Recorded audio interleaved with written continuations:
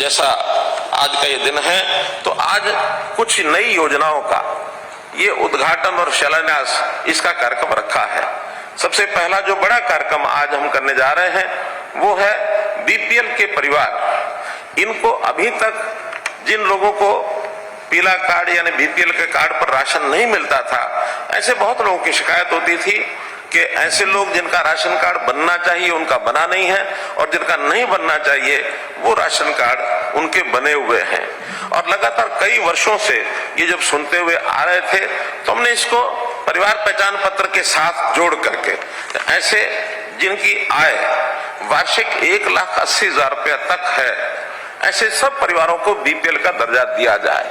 2 जिलों में कुरुक्षेत्र और सिरसा इसका उपयोग पहले कर चुके हैं। सफल प्रयोग के बाद अब आज से यानी 1 जनवरी से इस बार ऐसे सब परिवार जिनका 1,80,000 रुपए तक की आय है, सभी को बीपीएल परिवार के अंतर्गत उस दायरे में लाया जा रहा है। और इससे करने से हमारे जो नए राशन कार्ड हैं 12,46,507, ये प्रदेश भर में नए राशन कार्ड बनेंगे। हाँ, ये बात भी ठीक है कि पिछले लगभग 11-12 वर्ष में जब से आईसीसीसी डाटा बना और आज 2022 11 वर्ष हो गए हैं, बहुत परिवार इस दायरे से ऊपर भी निकले हैं। उन्होंने अपने व्यवसाय अच्छे किए, उनको कहीं नौकरी मिली, सरकारी अथवा प्राइवेट, तो ऐसे लोगों को भी अभी तक उसमें से निकाला नहीं गया था।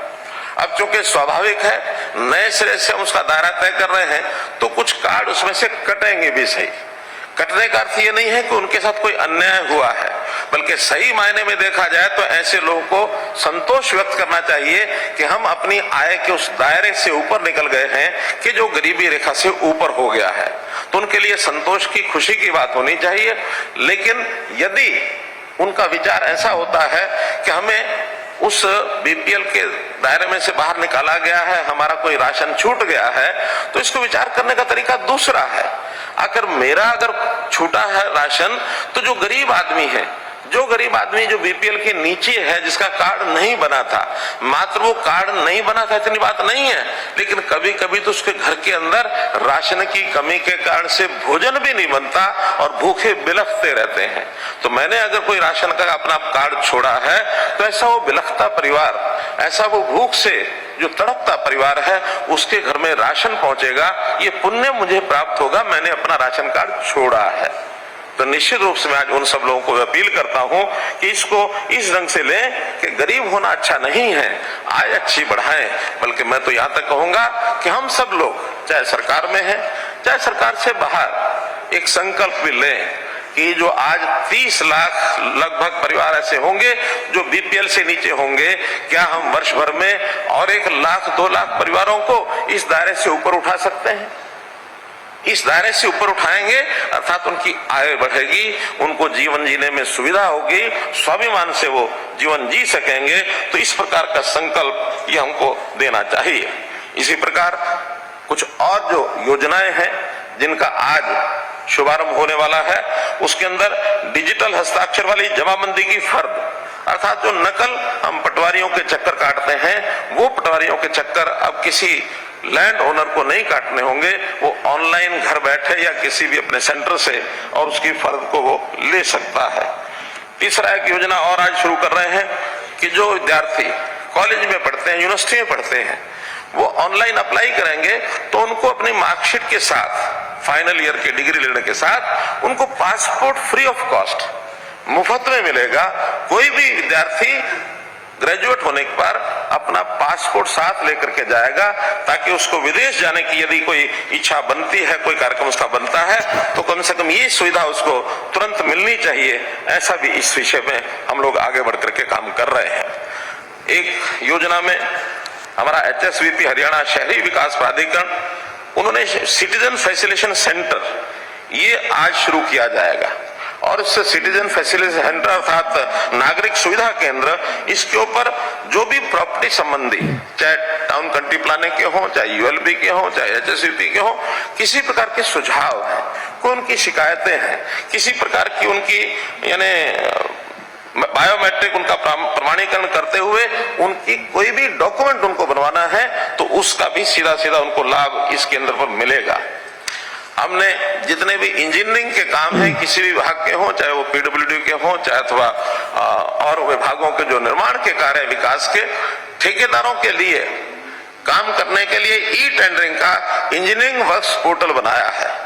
लेकिन इस इंजीनियरिंग वर्क्स पोर्टल में भी अगर लोग जागरूक हों तो विकास के कामों में जो उनको न्यूनता ध्यान में आती है उसकी शिकायत करने के लिए ऐसा भी एक ग्रीवेंस पोर्टल आज शुरू किया जा रहा है, ताकि इसमें सोशल ऑडिट सिस्टम के माध्यम से कहीं भी विकास के काम में कोई काम होता है तो उसमें कोई कमी न रह जाए, और यदि कमी रहती है तो उसकी शिकायत तुरंत उसको मिलने के बाद उसको ठीक भी किया जाएगा। तो एक ग्रीवेंस पोर्टल भी इसको शुरुआत की जा रही है। आज हरियाणा के शहरों में बहुत ऐसी कॉलोनीज हैं जो भी अनियमित हैं, जिनको नियमित कराने के लिए बहुत प्रयत्न लोग करते रहे हैं। हमने 2 साल पहले ऐसा इनवाइट किए थे कि ऐसी कॉलोनीज 800 और 45 कॉलोनीज अनधिकृत कॉलोनी इनकी पहचान की गई थी। कुछ उसके अंदर उसका जो सर्वे करने के बाद और उसमें RWA रेजिडेंट वेलफेयर एसोसिएशन भी एक टेम्परेरी हमने बनवाई है, ताकि कोई ना कोई उसकी जिम्मेवारी ले जो काम वहां करवाने के हैं। तो ऐसी जो प्रक्रिया है वो अभी चल रही है, लेकिन आज जितनी पूरी हो गई है उसकी मैं घोषणा करता हूं। 8 जिलों के 177 कॉलोनीज को आज नियमित किया जाता है। तो इस प्रकार से ये जानकारी उन सब शहरों में मिलेगी। हमने इन कॉलोनीज को नियमित करने के लिए पिछले साल कानून भी विधानसभा में पारित कर दिया था। हरियाणा पुलिस ने भी आज कुछ संकल्प लिए हैं, कुछ नई चीजें इनकी घोषणा की है। अभी तक हरियाणा में 3 कमिश्नरीज, पुलिस कमिश्नरीज थी, गुरुग्राम, फरीदाबाद और पंचकुला। आज से जो 1 जनवरी से लागू हो जाएगी, एक और सोनीपत जिले में भी कमिश्नरी इसको बनाने की भी घोषणा की जाती है, क्योंकि बहुत विकास हो रहा है सोनीपत जिले का और उस प्रकार की आवश्यकता भी महसूस हो रही है। तो एक ये कमिश्नरी की घोषणा भी हम कर रहे हैं। पुलिस का बहुत बड़ा एक काम लॉ एंड ऑर्डर और क्राइम को रोकना ये तो रहता ही है, लेकिन बहुत चीजों की एनफोर्समेंट, जैसे माइंस है वहां भी पुलिस के लोग चाहिए, जैसे एनक्रोचमेंट इलीगल है उसको हटाने के लिए भी चाहिए, कहीं इरिगेशन की आवश्यकता होती है, कहीं पावर के लिए आवश्यकता होती है, कहीं ट्रांसपोर्ट के लिए। तो जितना बड़ा काम है कई बार उस पर ध्यान पूरा नहीं जाता, गौण हो जाती हैं। तो आज ये घोषणा भी की जाती है कि एक पुलिस का एनफोर्समेंट विंग ये अलग से बनाया जा रहा है, अलग से इसके थाने होंगे, अलग से इनकी जो पुलिस का बल होगा वो अलग से होगा। हालांकि उसी पुलिस बल में ही आना जाना और ट्रांसफर करना ये सब होगा, उसी में से लोग रहेंगे, लेकिन अलग व्यवस्था करने के बाद इन सब विभागों की ओर पूरा ध्यान जा पाएगा। तो एक एनफोर्समेंट विंग पुलिस कार बनेगा और एडीजीपी एनफोर्समेंट अलग से एक पोस्ट बना करके और इस काम को शुरू किया जाएगा। इसी प्रकार पिछले दिनों में आयुष्मान भारत के साथ हम लोगों ने चिरायु कार्ड, आयुष्मान चिरायु, हाँ मेरी तरफ देख रहे हैं डीजीपी साहब, एक घोषणा इनकी और रह गई है, वो है कि आईआरबी और जिला पुलिस में जो रिक्त पद हैं 2500 रिक्त पद, इनकी भर्ती का भी इस अगले महीने से ही प्रक्रिया शुरू करके 2500 नए पद ये भर्ती किए जाएंगे। इसी प्रकार चिरायु कार्ड जो हमने पिछले 21 नवंबर को जिसकी घोषणा की थी कि अब 1,80,000 रुपए तक सब परिवारों को चिरायु कार्ड मिलेगा, अर्थात 5 लाख रुपए की जो बीमा, स्वास्थ्य बीमा की योजना, उसके अंतर्गत ये कवर होंगे। अभी तक केंद्र सरकार की योजना में आयुष्मान भारत में मात्र 15.5 लाख परिवार ही एलिजिबल थे। अब ये नई योजना में 28 लाख और 89,000, लगभग 29 लाख परिवार, ऐसा जैसे हमने राशन कार्ड में बताया 30 लाख परिवार हैं, तो 29 और 30 लाख के बीच ये सब परिवार इस बीपीएल के अंतर्गत आते हैं। इन सबको ये कार्ड वितरण करने का भी काम पिछले 5 लाख पहले बट चुके हैं। आज के दिन जो 6500 स्थानों के ऊपर मैंने बताया, वहां 8 लाख परिवार और बटेंगे।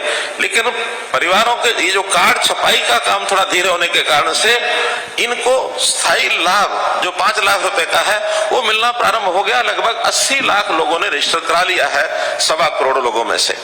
यानी अगर परिवारों का हिसाब लगाएंगे तो ये लगभग और 20-22 लाख परिवार होंगे जिनको, और ये रजिस्ट्रेशन हो चुका होगा। 80 लाख परिवार आज भी सहायता के लिए योग्य माने गए हैं और 21 नवंबर से लगभग 1 महीना हुआ है, लगभग 5800 लोगों ने इसकी सहायता, इस नई योजना के अंतर्गत सहायता प्राप्त कर ली है। 11 करोड़ रुपया उस पर खर्च आया है। अर्थात 5800 करोड़, 5800 लोग यदि योजना में नहीं आते तो उनके लिए कई बार ये कठिनाई भी बन सकती थी कि उनको पैसे का खर्च कठिन हो जाता था। तो इस प्रकार का ये योजना भी हमने बनाई है। ऐसे ही एक योजना निरोगी हरियाणा, वर्ष में एक बार स्वास्थ्य जांच। पहले बात तो 2 वर्ष शायद लग जाएंगे क्योंकि इस योजना में उतना इक्विपमेंट, उतना इंफ्रास्ट्रक्चर तैयार करना, उसके लिए भी समय लगेगा, लेकिन अभी उसको प्रारंभ कर दिया है। 80,000 लोगों का और ये परीक्षण जांच हो चुकी है। करना 1.25 करोड़ का पहले उस चरण में है, तो इस पर भी समय लगेगा, लेकिन प्रारंभ हो गया है। जो परीक्षण जांच में छोटी बड़ी कोई कमी पाई जाती है इस शारीरिक परीक्षण में, उसका इलाज तुरंत कराने की सुविधा भी उनको मिलती है। तो इस निरोगी हरियाणा का भी कार्यक्रम इस वर्ष हमने ये शुरू किया है। ऐसे सब कार्यक्रम आज लॉन्च करते हुए, इस कार्यक्रम के बाद सभी जिलों में भी ये जो राशन कार्ड का वितरण वो किया जाएगा और सब जिलों में ये जो अपना चिरायु कार्ड है वो भी बांटे जाएंगे। तो नई योजनाओं की लॉन्चिंग ये कुछ की अभी इसके बाद करेंगे, कुछ अपने अपने स्थानों पर लोगों ने उसकी योजना बना करके लॉन्चिंग कर दी है। मेरा सुशासन से अर्थ केवल इतना ही है कहने का कि जो बात हमने 2015 में, रादर 2014 में सुशासन दिवस पहले कार्यक्रम में सीएम विंडो के रूप में शुरू किया था, और पिछले 8 साल के अंदर इतने कार्यक्रम हमने लागू किए हैं कि कभी कभी जब मैं अपने नेताओं से, कार्यकर्ताओं से, विधायक सांसदों से बात करता हूं तो उनको कहना कि नई चीजें इतनी हो गई हैं कि और आगे नहीं करनी चाहिए, बल्कि इनके ऊपर भी जो काम करना शेष बचे वो काम करने चाहिए। लेकिन फिर भी कुछ काम एक दूसरे से जुड़े होते हैं। आगे भी इन वर्षों में जो काम इनके साथ जुड़े हुए हैं ताकि उनको कैसे सहूलत हो सके। सीएम विंडो की शुरुआत हमने की थी, आज 12 लाख लगभग ऐसी एप्लीकेशन है जो ग्रीवेंसेस विंडो में आई है। तो एक बहुत बड़ी सुविधा लोगों को ये मिली है।